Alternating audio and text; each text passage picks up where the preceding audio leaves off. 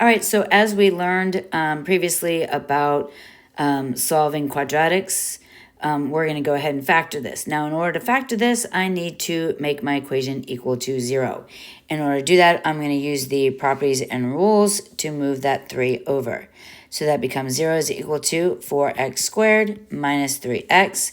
That's minus 3, so 5 minus 3 is going to give me positive 2. Now, so we've set the equation equal to 0.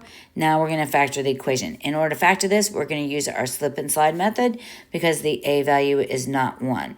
Slip and slide, I need to take the 4, the a term, and multiply it by the c term.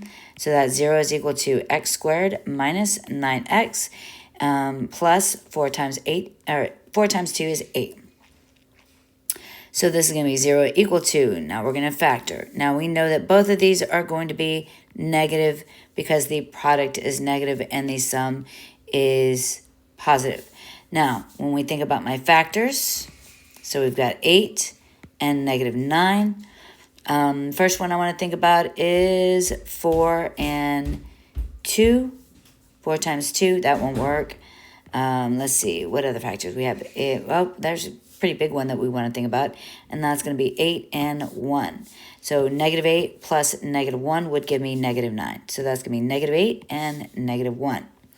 I need to remember, and this is where you got to be careful, you got to bring back that 4. So I'm going to divide this one by 4 and this one by 4. 8 divided by 4 becomes 2. So this is the factors of x minus 2 times, and then that 4 goes in front, 4x minus 1. So we factored it. Now we're going to set each one of these equal to 0. So that's going to be x minus 2 equals 0. 4x minus 1 equals to 0.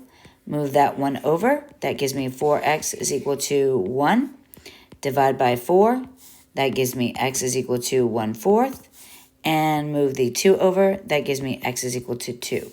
So our solutions are going to be x is equal to 1/4 and 2. Now, what I did here with these little squigglies, and I use a comma, the squigglies are different from parentheses. That tells me that this is a set. That means there's no other values of x for that equation that will be true. Those are our x values. It's a way for me to list these sets of our answers. And that is, we have finished answering that question, and we are done. And now it will be your turn.